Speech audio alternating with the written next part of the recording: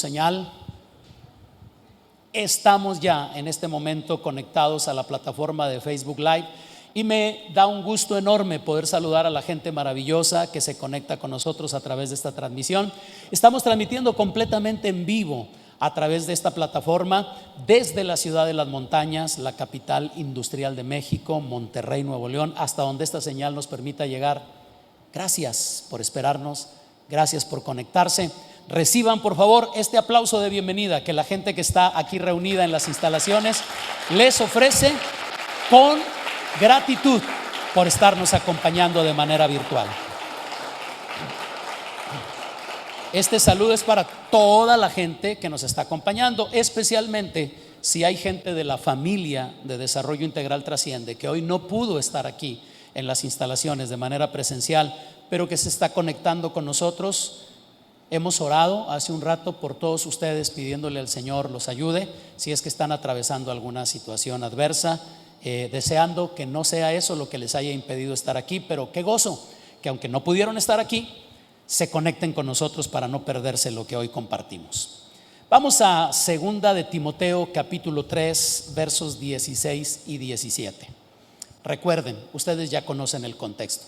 Este capítulo fue escrito con la intención de que el apóstol Pablo, quien se encontraba ya en espera de su ejecución, escribió esta última carta. Esta carta es muy preciosa porque es la última carta que escribió el apóstol Pablo en vida. Está llena de consejos, obviamente consejos de índole pastoral. De hecho, si por ahí alguna vez observan, no sé si han notado que las cartas tienen una identificación. Por ejemplo, algunas se les llama epístolas pastorales. ¿Por qué se les llama así? Epístola es carta, es un sinónimo, pero cuando dice epístolas pastorales es porque fueron escritas con la intención de compartirles conceptos e ideas a los pastores de las congregaciones. Las otras son epístolas congregacionales, a los corintios, a los efesios, porque no tienen un destinatario personal. ¿Me explico? ¿Cuáles serían las pastorales? Timoteo, Filemón, los que llevan un nombre propio como encabezado o como título, son epístolas pastorales, porque esas cartas fueron escritas para los pastores. Son congregacionales cuando no se menciona un nombre propio, sino un gentilicio: los colosenses, los corintios, los efesios, los romanos. Y hay otras cartas también, ahorita vamos a mencionar una de ellas, que también se consideran epístolas universales, como la de Santiago, como las de Pedro, porque no tienen un destinatario específico, ni un pastor, ni una congregación, sino las escribieron con la intención de ayudar a los creyentes en cualquier parte que se encontraran. Esas muy especialmente fueron escritas para animar a los que tuvieron que huir, objeto de algún tipo de persecución en aquellas épocas, y los querían alentar. Bueno, esta carta tiene un nombre propio como título, es la segunda carta que el apóstol Pablo escribió a Timoteo. Por lo tanto, forma parte de las cartas, las epístolas pastorales. Está llena de consejos para Timoteo como pastor, pero obviamente el Espíritu Santo precioso permitió que este documento fuera preservado hasta nuestros días, con el fin de que nosotros leamos, aprendamos, adquiramos la sabiduría que Dios requiere para que vivamos la vida que Él también espera que vivamos. Y en la parte final de este capítulo, donde el apóstol Pablo le está advirtiendo a Timoteo sobre el peligro que él veía que se cernía sobre el futuro de la iglesia de Cristo, el engaño. Recuerden que en el versículo 1, si su vista les alcanza ahí para verlo, el apóstol le dice a Timoteo que en los postreros días él veía venir tiempos peligrosos. Ya hemos recorrido esto, ya hemos visto por qué Pablo discernió que eran tiempos peligrosos. ¿A qué se refirió? Pues a que habría hombres amadores de sí mismos que hablarían bonito, aunque su intención no era la correcta. El versículo 3 dice que serían calumniadores, etcétera. El peligro que Pablo veía era que estas enseñanzas penetraran a los hogares de los creyentes. A eso se refiere cuando habla de las mujercillas, versículo 6, Versículo 6 ya lo expliqué, que no se refiere específicamente a mujeres, sino al creyente débil, que es víctima a causa de su ignorancia de las Escrituras, víctima del engaño. Y entonces vimos que había dos antídotos, ¿recuerdan? Contra el engaño. El primero es aprender a seguir el ejemplo de la gente que nos ha antecedido y cuya vida, cuyo fruto es digno de ser imitado. Pero el segundo antídoto contra el engaño, y que pienso yo que es el antídoto por excelencia, es procurar leer, estudiar y conocer las Sagradas Escrituras. Y quise, aunque la serie ya terminó, quise hoy apartar este tiempo y compartirles, porque creo que vale mucho la pena comentar lo que dijo el apóstol en el último versículo de este capítulo. Pero para hacerlo más claro, leamos el verso 16 y recordemos. Así escribió el apóstol: toda la Escritura es inspirada por Dios. Y recuerde, es útil. Es útil. Nunca usted ha tomado la Biblia y ha leído y le va a resultar en algo inútil o en una pérdida de tiempo. La palabra de Dios, cuando es leída de manera correcta, siempre será útil, siempre producirá algún tipo de beneficio para quien la lea. Me atrevo a decir, adelantándome un poco, incluso aunque no la entienda. Es muy interesante esto. Pero si hay una declaración valiosa en las Escrituras, es aquella que dice: porque la palabra de Dios es viva y eficaz y más cortante que toda espada, aun que las que tienen dos filos. Si es viva y es eficaz, entonces incluso vale la pena leerla aunque no la entendamos del todo, porque es útil. Y aquí lo dice el apóstol: toda Escritura es inspirada por Dios y útil. ¿Para qué, apóstol? Para enseñar, para redarguir, para corregir, para instruir en justicia. Y aquí está el objetivo. ¿Por qué Dios permitió que su palabra se escribiera? ¿Por qué Dios ha preservado su preciosa palabra hasta nuestros días? ¿Por qué hay un atentado abierto contra las Escrituras en la época moderna?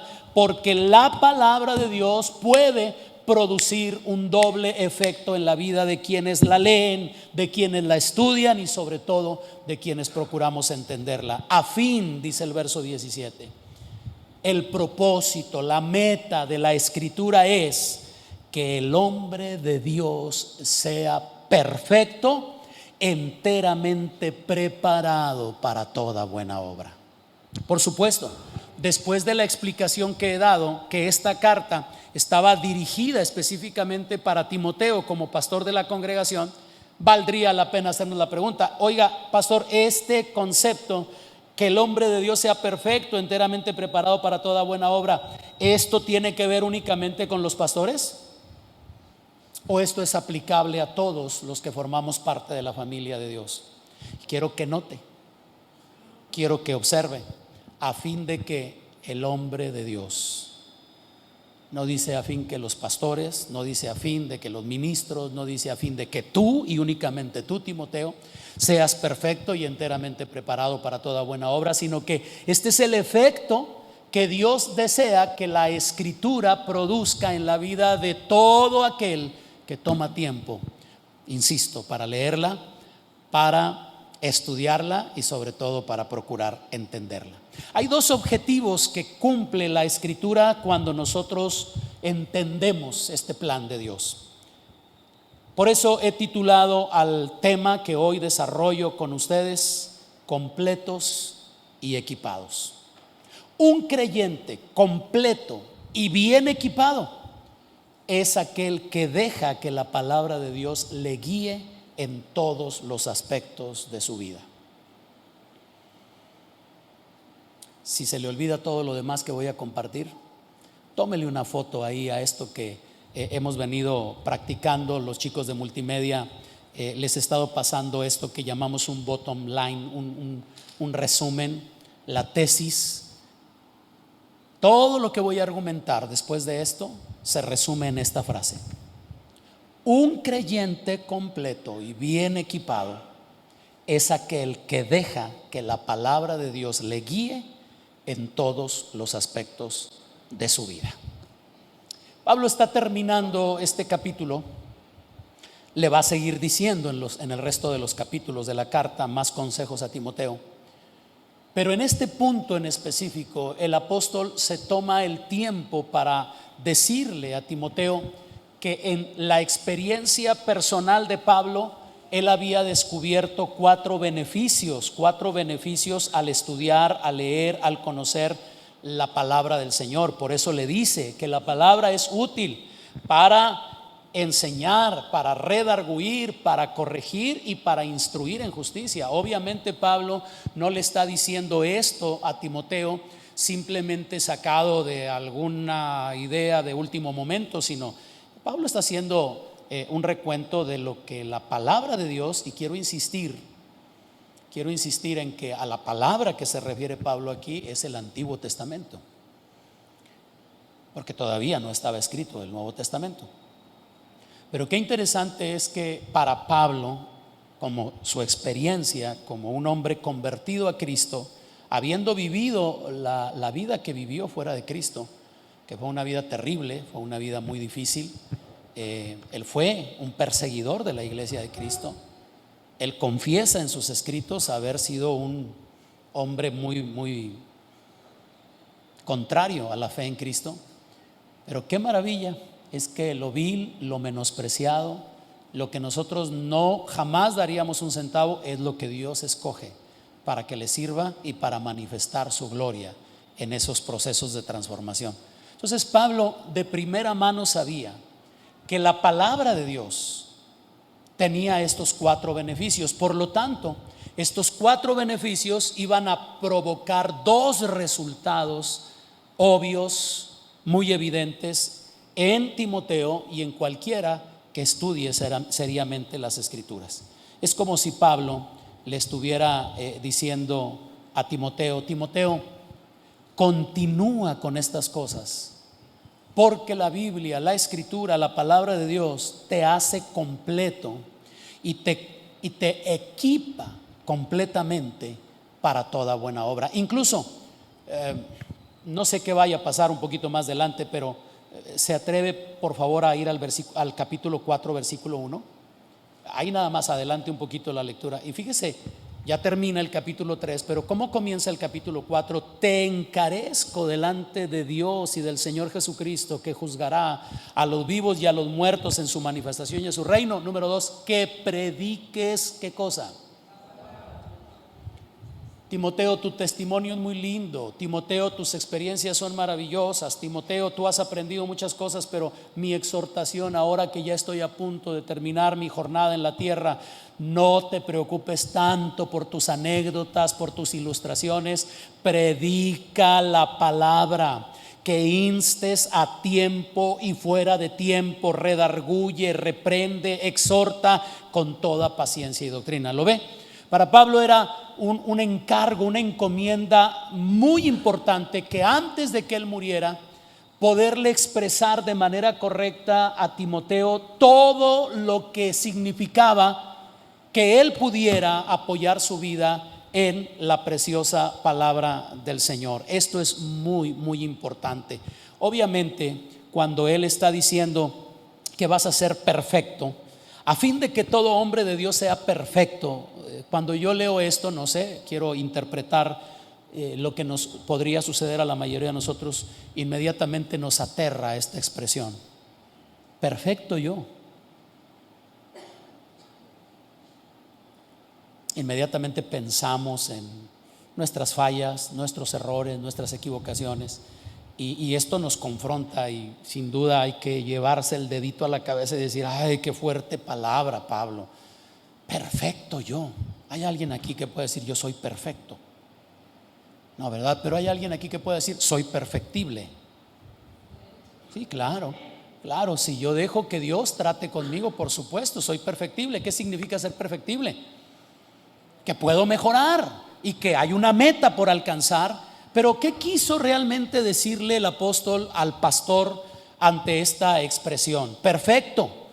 Déjeme explicarle que la palabra perfecto aquí es una palabra que se traduce al español de esta manera, pero la palabra original que utilizó el apóstol es la palabra artios.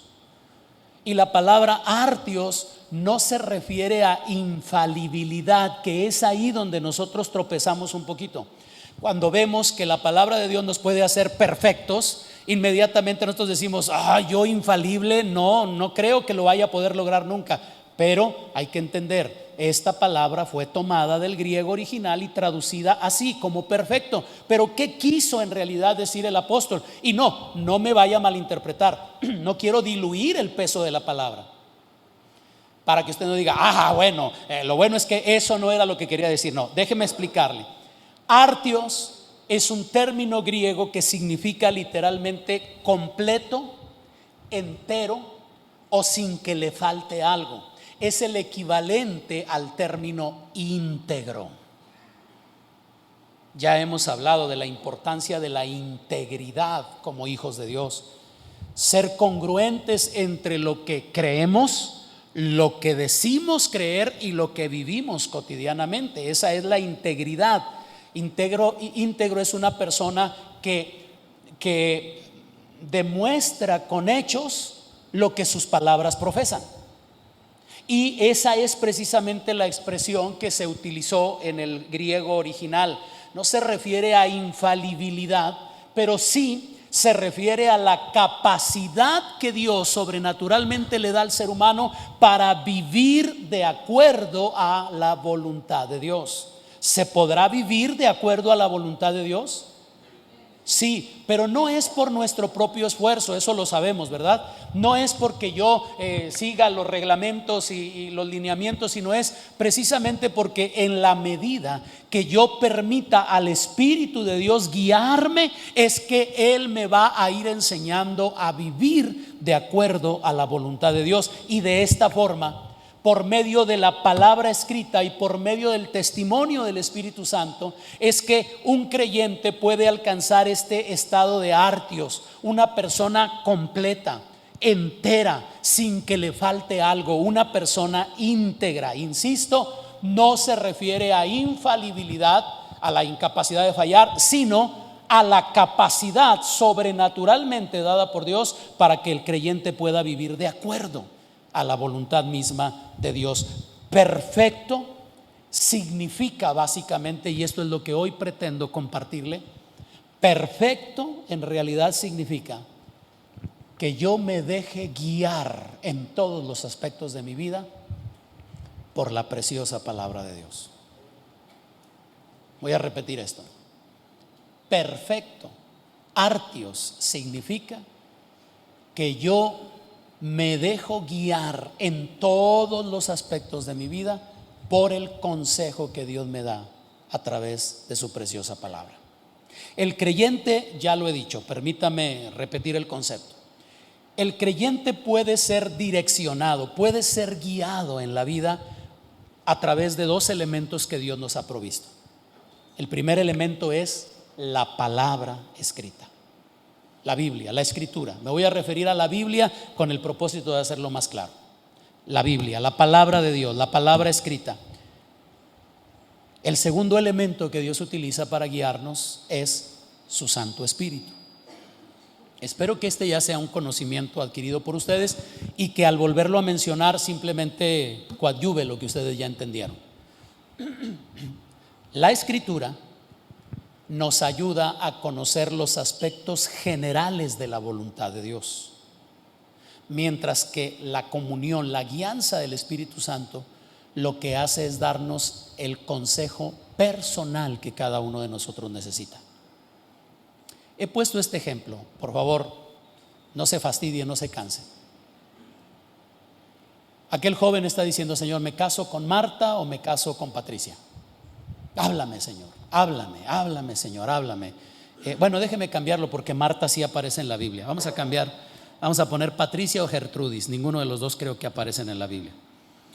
Este joven abre la Biblia con la intención de decir: Señor, muéstrame si es Gertrudis o es Patricia. Y lo más probable es que no va a haber un versículo que diga cásate con Patricia o cásate con Gertrudis.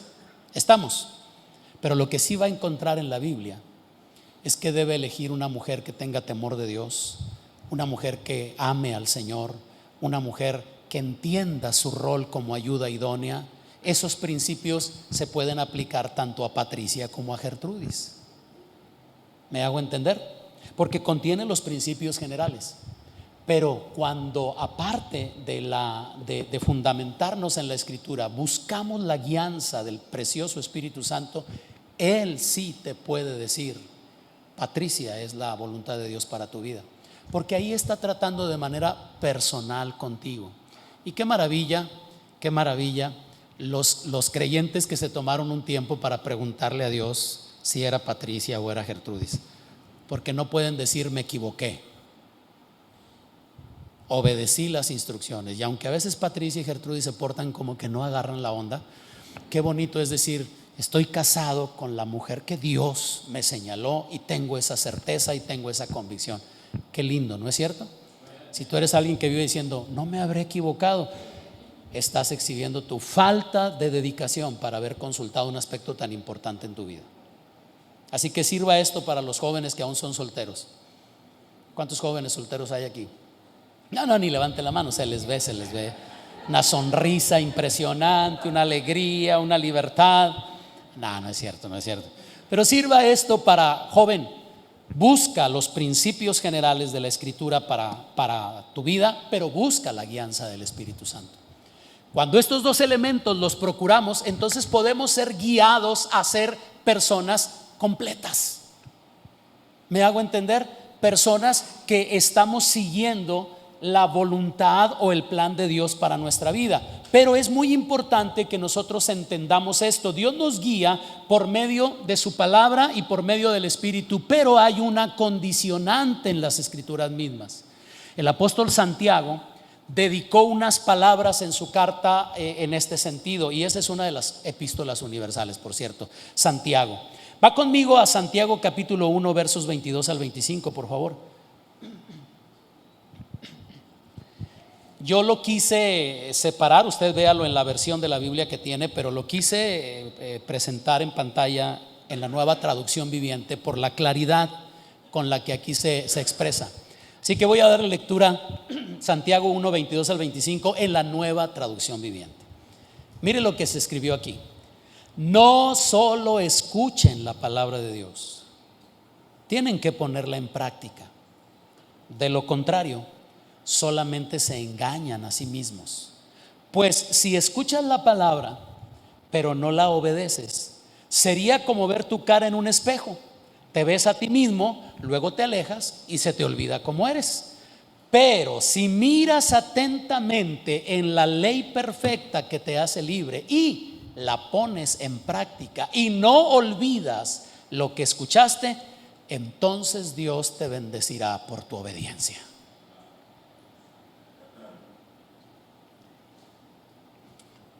Me gustaría mucho decir así o más claro. Difícilmente se puede leer más claro, ¿verdad? Todavía los que están leyendo la Reina Valera 60 dicen: ay, caray, no, como que no le entiendo. Por eso se los quise presentar en la Nueva Traducción Viviente.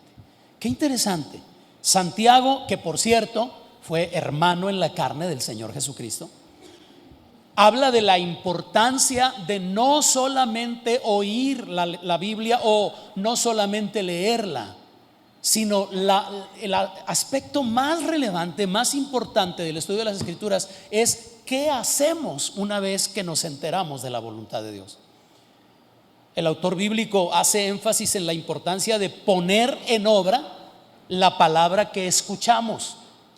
En este caso, obviamente está hablando de la palabra que escuchas, pues todavía no estaba completada la Biblia como tal.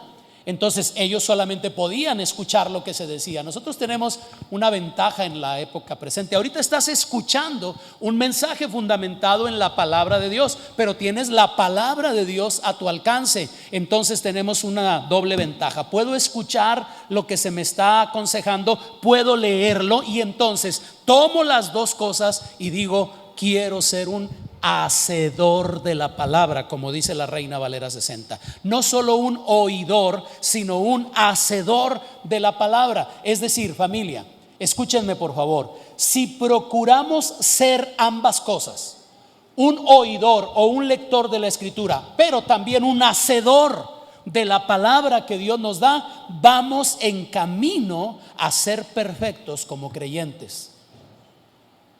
La perfección no será una imposibilidad, ya lo dijimos, vamos en camino de ser personas completas, enteras, sin que nos falte nada. O sea, ¿cuál es la perfección desde el punto de vista bíblico? Cuando dejamos que la Escritura guíe las cosas cotidianas de nuestra vida. Si procuramos leer, escuchar la preciosa palabra de Dios, pero también ponerla en práctica, entonces se completa el cuadro y lo que va a suceder es que estamos en camino a ser creyentes completos y enteramente preparados para toda buena obra. Y esto incluso cabe mencionar, si lo recuerdan ahorita que lo leímos en el capítulo 4, versos 1 y 2 de 2 de Timoteo, esto nos recuerda a quienes predicamos que no debemos enfocarnos en crear un club de nuestros mejores sermones, sino enfocarnos en equipar a los santos para la obra del ministerio. Voy a exagerar un poco.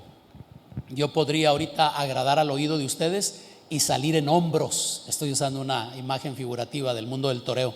Puedo salir en hombros porque qué tremendo mensaje predicó el pastor. Sí, pero si tú no lo pones en práctica, pues voy a terminar más bien con una chiripiolca como la del Chavo, ¿verdad?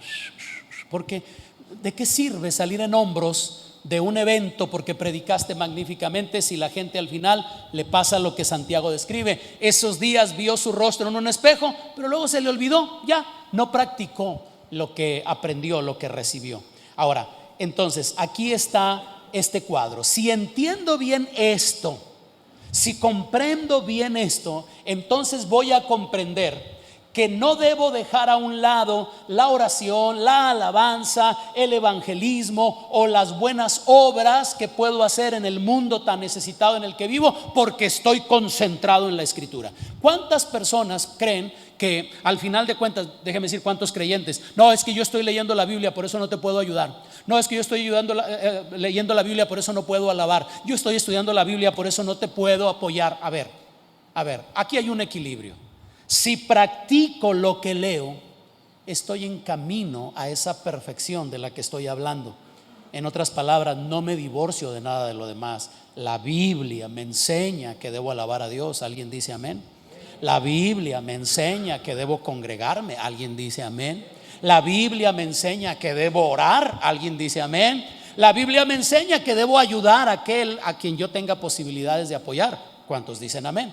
Entonces se da cuenta, en ningún modo debo excusarme y decir, es que yo leo la Biblia, por eso no puedo hacer otras cosas. No, la Biblia bien entendida y bien practicada me lleva precisamente a practicar las cosas que una persona camino a la perfección está direccionándole para vivir de una manera correcta. Esto es ser oidor y hacedor de la palabra. Y permítame decir esta frase: si soy oidor, lector de la palabra, pero también hacedor de la palabra, estoy camino a la perfección. Suena raro, ¿verdad? Pero atrévase, por favor, en fe y diga conmigo: si leo la palabra, si practico la palabra, estoy caminando hacia la perfección. Ahora, ¿se atrevería a decírselo a la persona que está a su lado? Sí, voltearía y le diría: leo la palabra, practico la palabra, estoy camino a la perfección. No que ya lo sea, pero estoy caminando hacia allá. ¿Por qué? Porque la Escritura va creando un efecto en mi vida que me ayuda a ser perfecto y enteramente preparado para toda buena obra. Cuando vamos a la Biblia, déjeme usar esta expresión, y dejamos que ella nos hable. ¿Alguien sabe a qué me refiero? Porque nosotros los cristianos usamos mucho en nuestro argot, dice la Biblia. ¿Qué dice la Biblia? ¿Qué dice? Y la verdad es que la Biblia no dice, porque la Biblia no habla. Pero sí nos habla. ¿Alguien ha tenido esa experiencia? Que tú dices, es como si, no sé, como si ese versículo saltara, como si ese versículo brincara ante mis ojos y digo, hey, aquí está la respuesta que yo estaba buscando. Entonces, ¿habla o no habla? sí habla en un sentido espiritual a nuestra vida. Necesitamos entender esto, porque cuando vamos a la Escritura y dejamos que ella nos hable, y aquí déjeme compartir un concepto que es muy antiguo, que algunos llaman la lectio divina. La lectio divina, les iba a sugerir eso, que si estaban sintiendo friecito, pues ya, los apagaron. Esto se llama llegar tarde. Había un concepto que los antiguos tenían y que lo llamaban lectio divina. Diga conmigo, lectio divina. La lectio divina es un concepto muy hermoso porque se refiere a la lectura orante. Una cosa es abrir la Biblia y leerla con curiosidad para tratar de encontrar, ¡ay, qué tremendo! Y otra cosa es, antes de abrirla, decir: Señor precioso, voy a leer tu palabra. Háblame a través de ella. Muéstrame tu voluntad. Te confieso, estoy ante una duda. No sé si es Gertrudis o es Patricia, Señor precioso. Y la verdad no me quiero equivocar y yo quisiera vivir mi vida de acuerdo a tu voluntad. Ahora entiendo que ni Gertrudis ni Patricia aparecen en los textos de la Biblia, pero si tú pudieras darme una palabra que me guíe, que me direccione, yo lo agradeceré. Y entonces leer, pero leer así rico, como se disfruta un platillo. Los sanguíneos no disfrutamos los platillos, los sanguíneos devoramos los platillos, ¿verdad? Ya cuando reaccionamos, mi Mari me dice: ya, o sea, se tardó un chorro en prepararme el almuerzo y yo llegué y rápido. Pero la gente que sabe comer, come despacito, ¿verdad? Va disfrutando. Claro, tiene la desventaja que se le enfría el platillo, pero qué admirable es cuando la gente come despacito, ¿verdad? Yo batallo mucho para eso. ¿Alguien aquí sabe comer despacio? No, todos somos sanguíneos. Acá hay una persona que sí puede comer despacito. Yo he visto en algunos de ustedes que me ha tocado compartir alimentos, he visto que algunos comen despacito. Yo batallo mucho para comer despacito, pero espero que esto no nos suceda a la hora de leer la Biblia y que imitemos a esos que comen despacito y que vayamos observando y vayamos leyendo despacio, tratando de adquirir la sabiduría, tratando de tomar ese consejo. Esta es la lectio divina. Los antiguos, y por ahí los que han acudido a las intercesiones de los martes, les he compartido una forma de lectura bíblica que lo llamamos emoao, por sus siglas, E-M-O-A-O, emoao, que significa E de escritura, M de mensaje, O de obediencia, A de arrepentimiento y O de oración. ¿Cuál es la escritura que vas a considerar? Pues voy a leer tal cosa. ¿Cuál es el mensaje que te comunicó lo que leíste? ¿Cuál es el llamado de Dios a obedecer? Y luego, ¿hay algo de lo que te debas arrepentir al leer eso? Y finalmente, ¿qué vas a orar? Esa es la lectura orante. Gracias, Señor, por lo que me mostraste el día de hoy a través de tu palabra. Gracias, Señor, me arrepiento de esta actitud que yo he tenido. Gracias por instruirme. ¿Te das cuenta que cuando hacemos esto, a ver si les hace sentido, a ver si consideran que es congruente lo que voy a declarar? Cuando hacemos esto, estamos caminando hacia esa integridad, hacia esa perfección, que le estamos permitiendo al Señor que su palabra traiga un efecto a nuestra vida. Y es que la escritura tiene dos formas en las que nos transforma. Primero, una manera en la que la Biblia nos cambia, nos transforma, es a través de nuestro entendimiento. Romanos capítulo 12, verso 2 nos dice de una manera clara: no se conformen, no se adapten, no se amolden a este mundo, a este sistema, sino, atención, transfórmense por medio de la renovación de su entendimiento, para que comprueben cuál sea la buena voluntad de Dios, agradable y perfecta. Observen, cuando permito que la escritura haga estragos, haga mella en mi vida, lo primero que hace es transformar mi manera de pensar. Cuando dejamos que la Biblia guíe nuestro entendimiento, nuestro pensamiento, entonces nuestras mentes son renovadas y son transformadas. Y así es que realmente comenzamos a pensar como Dios piensa. Abrazamos los pensamientos de Dios, porque transforma nuestra manera de pensar. Y existe otro nivel, atención, en el que la Escritura nos transforma, y es al que hacía mención hace unos instantes, por el efecto espiritual que produce en quienes la leemos. Hay ocasiones que has leído tu Biblia y dices: qué bendición tan especial, qué bueno que tomé tiempo para leer la Biblia antes de tomar esa decisión. Qué bueno, porque ahí Dios me habló, Dios me dio un consejo, y puedo hablar, puedo testificar de una bendición espiritual que Dios opera en nosotros cuando vamos a la Escritura y dejamos que ella nos hable. Entonces, hay dos maneras en que la palabra del Señor transforma la vida de una persona para conducirla a la perfección. Una es transformando nuestra manera de pensar, pero otra es precisamente cuando permitimos que la Escritura nos hable, nos comunique un mensaje. Y estoy hablando de una obra espiritual que va más allá de nuestro entendimiento intelectual, algo que supera nuestra capacidad intelectual, que de hecho, recuerdan que la Escritura habla de la paz de Dios que sobrepasa ¿qué cosa? ¿Lo recuerdan? La paz de Dios que sobrepasa todo entendimiento, guardará vuestros corazones y vuestros pensamientos en Cristo Jesús. ¿Se da cuenta? Ahí se está hablando de una paz que va más allá de lo que yo puedo razonar humanamente hablando. Es una paz sobrenatural. Bueno, yo le estoy hablando de una vida sobrenatural que la palabra del Señor puede producir en la vida de un creyente cuando éste la deja operar en su corazón, en su vida, y que va más allá de su propia capacidad intelectual.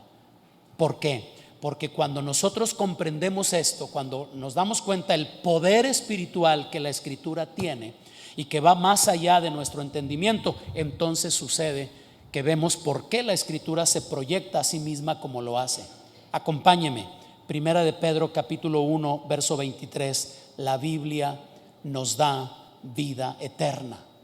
Sí, amadas, sí, amados, la Escritura nos puede comunicar esa vida preciosa que el Padre nos ofrece por medio de su preciosa palabra. Primera de Pedro 1:23 dice: siendo renacidos no de simiente corruptible, sino de incorruptible, por la palabra de Dios que vive y permanece para siempre.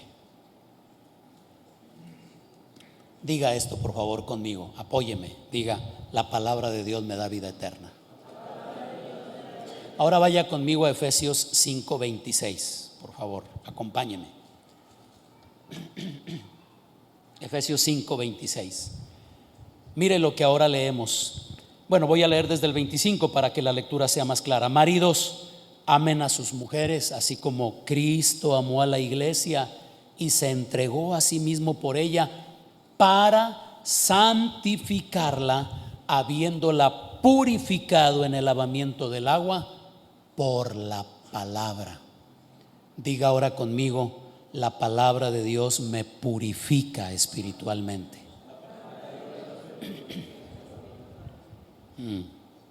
Me purifica. De pronto eres asaltado por pensamientos sucios, perversos, desagradables. Se te están ocurriendo cosas que te avergüenzan. Vea la palabra. La palabra puede purificar tu corazón. La palabra puede cambiar esa inclinación pecaminosa, esa inclinación perversa que tú dices que no lo puedo vencer, de pronto se apoderan de mí. Ve a la palabra y deja que la palabra te purifique, y te darás cuenta el poder que tiene la palabra de Dios. Ahí mismo en Efesios, pero en el capítulo 6 y verso 17, leemos: y tomad el yelmo de la salvación, o sea, el casco de la salvación, y la espada del Espíritu, que es la palabra de Dios. Diga por favor conmigo: la palabra de Dios es poderosa. Si pudieras cerrar el puño de la mano con la que golpeas, si eres zurdo, la izquierda, si eres diestro, la derecha, di: la palabra de Dios es una espada en mi mano. Y atrévase, diga: ningún demonio se atreva a ponerse enfrente, porque lo degüello en este momento con la preciosa palabra de Dios. Vienen pensamientos de derrota, vienen pensamientos de fastidio, de hastío, de cansancio. Saca un versículo de la palabra del Señor, saca esa espada y móchale la cabeza a ese pensamiento desagradable, porque la palabra de Dios es poderosa, es una espada en nuestras manos. Ahora vaya conmigo a Mateo 8:16, por favor. Vamos a leer algo que escribió Mateo, capítulo 8, verso 16. Dice: y cuando llegó la noche, hablando del ministerio de nuestro precioso Salvador, dice: trajeron a él, atención, ¿qué le trajeron? Muchos endemoniados, y con la palabra, ¿sí está leyendo bien? Con la palabra echó fuera a los demonios y sanó a los enfermos. Uy, cuántos testimonios hay en la vida de muchos creyentes que han visto el poder de Dios cuando el enemigo se cierne, cuando hay ese temor, te están invadiendo pensamientos de temor, de angustia, no tienes el control de lo que está pasando. En ese momento, ¿cuántas veces en mi vida yo he repetido esta frase del libro de los Salmos? El día que temo, yo en ti confío.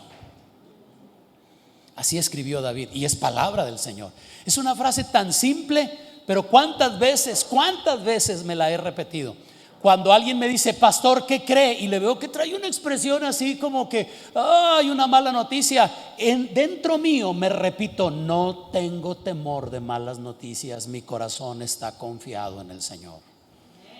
Ahora, no es un buen pensamiento, es un versículo de la Escritura. Tanto el día que temo, yo en ti confío, como mi corazón está confiado, no tengo temor de malas noticias. Son versículos bíblicos que ya he memorizado. Y sabe una cosa, le testifico, no me tome por favor con jactancia, no es la intención, le testifico, he podido recibir noticias terribles. Uno de los momentos más difíciles fue cuando nuestro primer hijo se accidentó y entró a una cirugía de cráneo abierto con pronóstico reservado.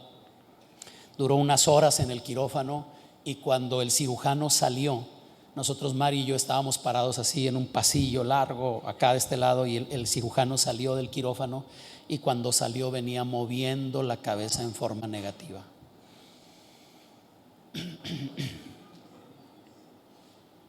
Uno de los momentos más angustiosos de mi vida. Lo único que hacía yo era decir: no tengo temor de malas noticias, mi corazón está confiado. El día que temo, el hombre se seguía acercando, movía la cabeza, se venía quitando el cubrebocas, se venía quitando la cofia, ¿cómo se llama esto? Esa cosa, ustedes saben, ¿verdad? Se venía quitando eso, se venía quitando los guantes, moviendo la cabeza en forma negativa. Y yo: no tengo temor de malas noticias, mi corazón está confiado. Cuando estuvo ya aquí cerca, lo primero que hizo el médico, dijo: no sé a qué santo le rezan ustedes, pero el muchacho está bien.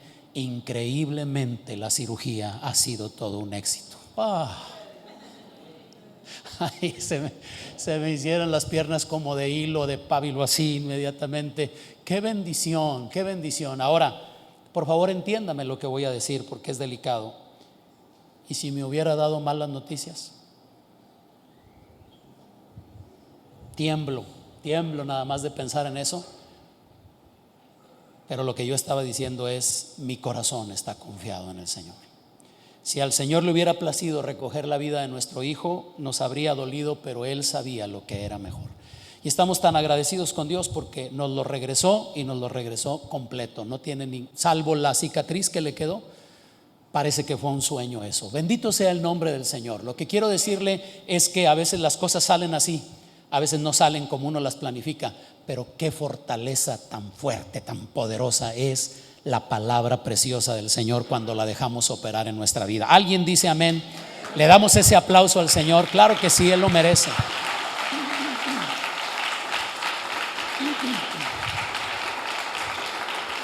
Bueno, pero este versículo me da dos alicientes, porque dice que con la palabra echó fuera a los demonios y que con la palabra sanó a los enfermos. ¿Cuántos creen que la palabra del Señor tiene poder para hacer huir demonios y tiene poder para traer sanidad a nuestro cuerpo? Eso es si dejamos que la palabra del Señor nos hable. Amén. Y le quiero mostrar otros dos versículos. Salmo 119, verso 28. Me gusta mucho lo que escribieron los hijos de Coré en el Salmo 119. Todo ese salmo es el salmo más largo de la Biblia. Le comento, nada más tiene 176 versículos. Por si a alguien le interesa memorizar algo de la Biblia, propóngase memorizar el Salmo 119. Pero está precioso este salmo porque es toda una canción. ¿Cómo no iba a ser larga si es una canción dedicada a la preciosa palabra de Dios? Y en el verso 28 leemos: se deshace mi alma de ansiedad, susténtame según tu palabra. Cuando estoy en un momento de zozobra, cuando estoy en un momento adverso, difícil, la Escritura me ministra fortaleza espiritual. Alguien lo puede creer, alguien lo ha vivido, alguien puede testificarlo. Sí, cuando estaba en angustia, la preciosa palabra del Señor vino en mi auxilio y me sacó adelante. Y déjeme decirle, uno de los efectos más hermosos que tiene la Escritura, Romanos 10, 17, si me puede acompañar allá. En Romanos 10, 17, uno de los versículos que usted conoce casi de memoria. Estoy seguro que cuando lo lea va a decir: ah, este ya me lo sabía. Romanos 10, 17. Así que la fe es por el oír, y el oír por la palabra de Dios.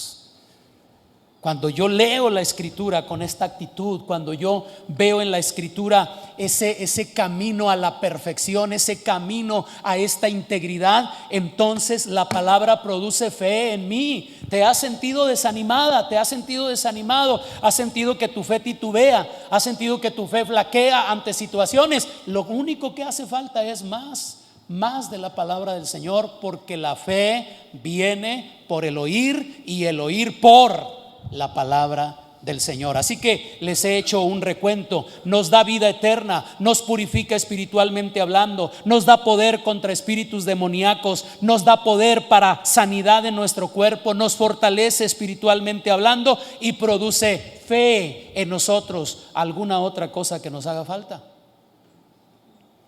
Nada más leerla y ponerla por obra, claro, ¿verdad? Debido a este nivel espiritual en el que la palabra bendita del Señor opera, escúcheme, que me hice referencia a esto hace unos instantes. Escúcheme, me voy a referir de nuevo a esto. Debido al poder espiritual que la palabra de Dios tiene y que opera en nuestras vidas, déjeme recomendarle que la lea aunque no la entienda. No sé si lo capta. ¿Por qué estoy diciendo? O sea, claro, alguien me puede interpelar y decir: pastor, ¿de qué me serviría leer la Biblia si no la entiendo? Y yo te digo: no has reconocido el poder espiritual que tiene la palabra. Porque cuando reconoces ese poder espiritual, incluso hay ocasiones en que no la entendemos, pero tiene un poder maravilloso para impulsarnos a salir adelante. Entonces, quiero animar a aquellos de ustedes que se desaniman porque sienten que no entienden mucho cuando leen la Biblia solos y se desaniman. Yo quiero animarles: léela aunque no la entiendas, porque estás leyendo una palabra poderosa. Y te digo que antes de que te des cuenta, el Espíritu de Dios ya está trayendo revelación y entendimiento a tu vida. Léela, no te desanimes, no la sueltes, no la abandones.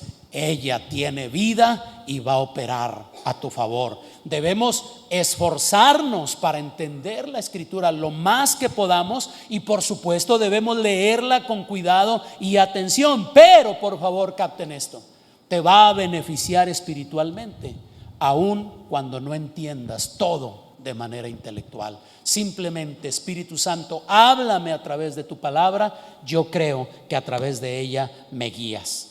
Hace muchos años, un crítico escribió una carta y la envió a un periódico, a una revista, que decía: Decía este hombre: a través de los años supongo que he asistido a las reuniones de la iglesia más de 1000 veces en este tiempo. Dijo, y soy honesto, ni siquiera puedo recordar el contenido específico de un sermón en todos estos años. ¿De qué me sirve haber ido a la iglesia 1000 veces? La siguiente semana alguien se tomó la molestia de publicar este otro mensaje. En los últimos años he comido más de 1000 comidas preparadas por mi esposa y ni siquiera puedo recordar el menú específico de ninguna de todas esas comidas, pero tengo que reconocer que me nutrieron en el camino y sin ellas yo sería un hombre muy diferente.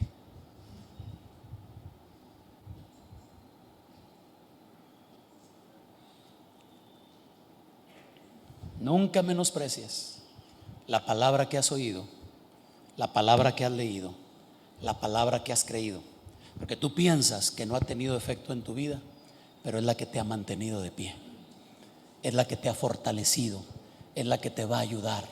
Por favor, entiende lo que Pablo le quiso decir a Timoteo.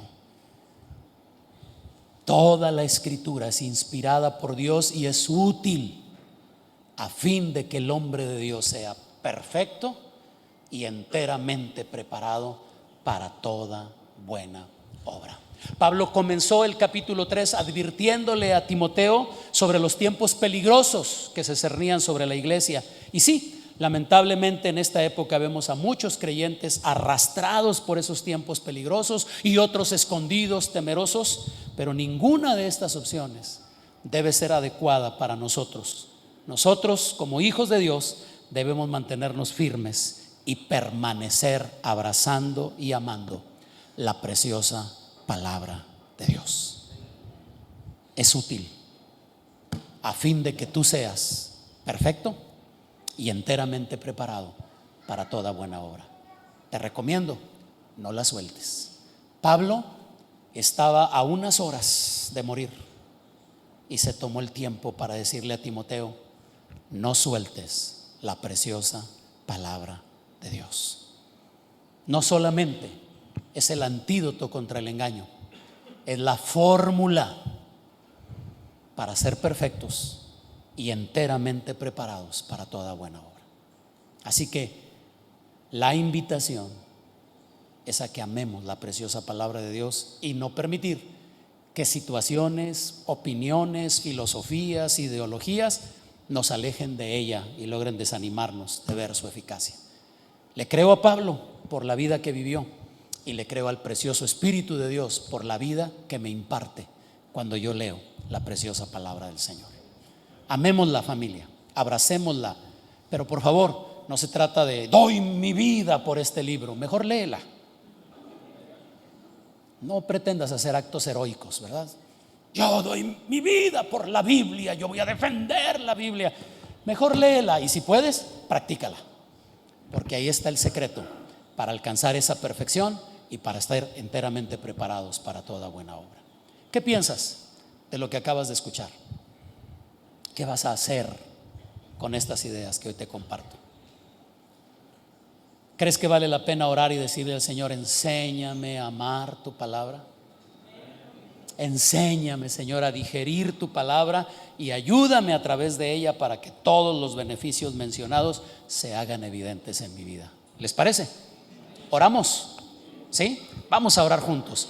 Mientras nosotros oramos aquí en el auditorio, yo agradezco a la gente preciosa que se ha conectado con nosotros en esta transmisión, y la invitación es a que amemos la preciosa palabra de Dios y entendamos, nos transforma porque cambia nuestra manera de pensar, pero nos transforma porque es un poder espiritual impresionante para vivir la vida que Dios quiere que vivamos. Gracias por acompañarnos, hasta la próxima. Son bendecidas y bendecidos. Padre,